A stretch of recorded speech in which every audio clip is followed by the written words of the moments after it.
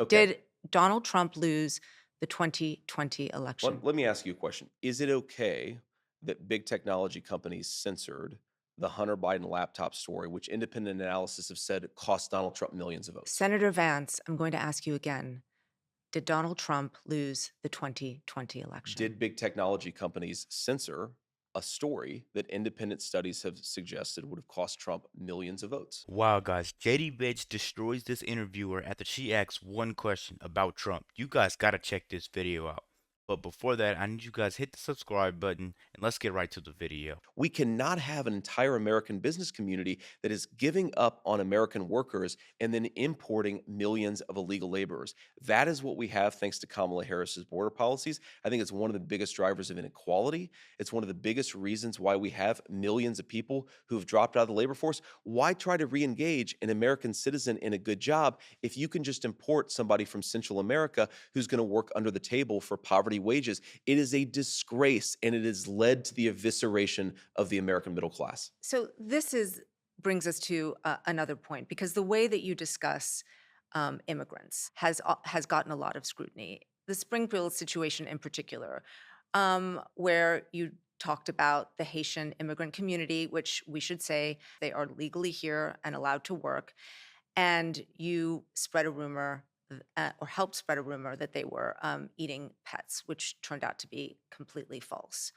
Off the back of that, there has been an enormous amount of hate, turmoil in that community, bomb threats, kids not being able to go to school. Was the trade off worth it to you?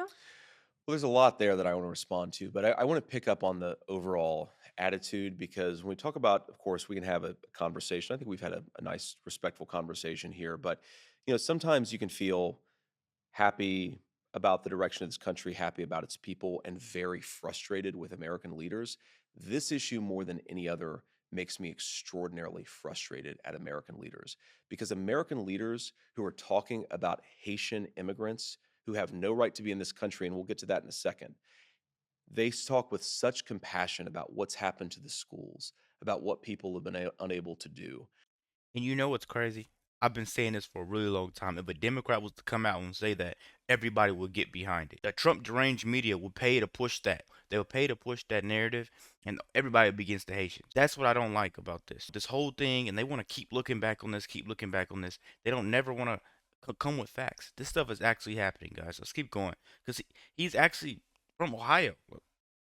Where is their compassion for American citizens in Springfield, Ohio, who now, a community of 60,000 people, there are 1,000 children in Springfield schools who do not speak English? For years, I have heard from the American citizens of Springfield, Ohio, that their lives have gotten worse. Have we talked about the fact that many of them have been evicted from their homes and then Haitian migrants are moved in, four families to a home, massively violating zoning laws? They get They're subsidy. not moved in. They get They subsidies. have been attracted They there get because they're working. they've been attracted there to violate zoning laws, Lulu. They're subsidized by the local authorities, by the federal authorities, by your tax dollars. So now four families are living in a It's a home. Republican-run city Four and a families, Republican-run state. Your four state. four families are living. I'm talking about federal authorities, federal housing right now.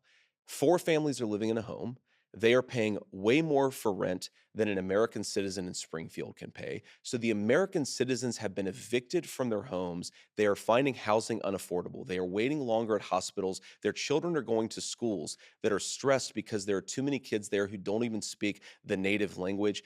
I am so much more concerned by the American citizens of Springfield, Ohio, and I think that it is disgraceful that American leaders pretend that they care about these migrants more than they care about the people that they took an oath of office to actually look after.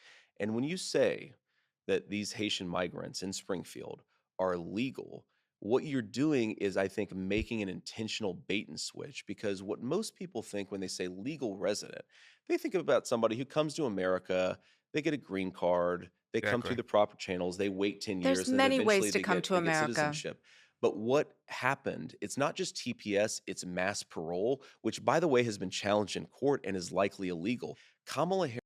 The way he can articulate himself, man, I would be upset if he doesn't run for president in 2028, because we, the American people, we don't only need Donald Trump one time, We need Donald Trump again and again and again. And I think we can't have that. But JD Vance would be the best option for us to get as close as we can to that. Because Trump selected him for a reason. He knows what he's talking about. He knows how to do his job. And he doesn't sit there and go back and forth and try to, what do you call it, entertain these type of interviewers. Dana Bash, for example. This is Lulu Garcia. Lulu Garcia. I don't know her last name, but he doesn't entertain this type of stuff. Uh, Wolf Blitzer. You know, he goes on there, he does his job, he answers the question. And once he notices that you try to come at him in some rude way, he gives you your taste of your own medicine. Let's keep going, guys. Harris has facilitated a massive amount of migration into American communities. And it is my job as a United States Senator and hopefully as the next vice president to look after the people who are affected when you flood their community with millions, the national community I'm talking about, with millions upon millions of people who shouldn't be here.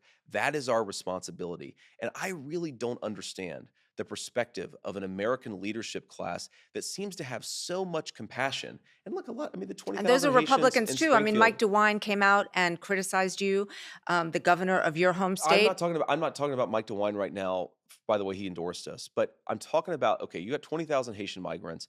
A lot of them, I'd say most of them, are probably very, very good people. But my compassion and my focus and my efforts as a political leader in this country, it is not for people, however good they might be, who don't have the legal right to be in this country. It's for American citizens. Last few questions. In the debate, you were asked to clarify if you believe Trump lost the 2020 election. Mm. Do you believe he lost the 2020 election? I think that Donald Trump and I have both raised a number of issues with the 2020 election, but we're focused on the future. I think there's an obsession here with focusing on 2020. I'm much more worried about what happened after 2020, which is a wide open border, groceries that are unaffordable.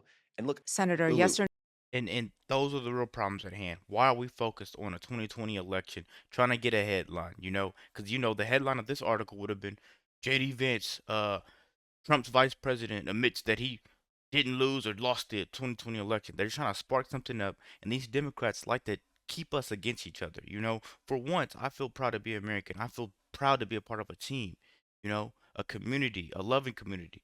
70 million people went out and voted for Trump, you know, and I know that that vote means change, guys. I just know that. Let's keep going. Let's finish this video out. Make sure you hit that subscribe button. no? okay, Did Donald Trump lose the 2020 election? let me ask you a question. Is it okay that big technology companies censored the Hunter Biden laptop story, which independent analysis have said cost Donald Trump millions of votes? Senator Vance, I'm going to ask you again.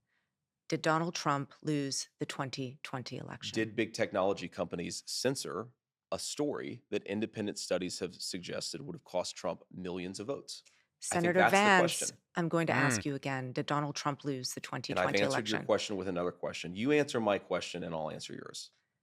I have asked this question repeatedly. It is something that is very important for the American people to know. There is no proof, legal or otherwise, that Donald Trump did not lose the But 2020 election. you're repeating a slogan rather than engaging with what I'm saying, which is Exactly, man. JD Vance, man. He's not gonna lose his composure. You're not gonna get him to do it. He said again, you're repeating a slogan. You know, he's gonna slow it down for you in case you missed it. that when our own technology firms engage in industrial scale censorship, by the way, backed up by the federal government in a Mm-hmm. way that independent studies suggest affect the votes, I'm worried about Americans who feel like there were problems in 2020. I'm not worried about this slogan that people throw. Well, every court case went this way. I'm talking about something very discrete, a problem of censorship in this country that I do think affected things in 2020, and more importantly, that led to Kamala Harris's governance, which has screwed this country up in a big way. Senator, would you have certified the election in 2020? Yes or no? I've said that I would have voted against certification because of the concern that I just raised. I think that when you have Exactly. technology The companies, answer is no. when you have technology companies censoring Americans at a mass scale in a way that, again, independent studies have suggested affect the vote, I think that it's right to protest against that, to criticize that, and that's a totally reasonable thing. So the answer is no. Guys, why is she acting like she's prosecuting JD Vance and not an interviewer? You know, because she invited him to come on there for an interview. She was simply just looking for a headline the whole entire time. Why didn't they treat Kamala Harris this way? Joe Biden this way? You know, why never get a crazy headline for those guys? Let me know what you guys think about this video. Be sure to like, comment, subscribe if you're new. And as always, let me know what you react to. We're out.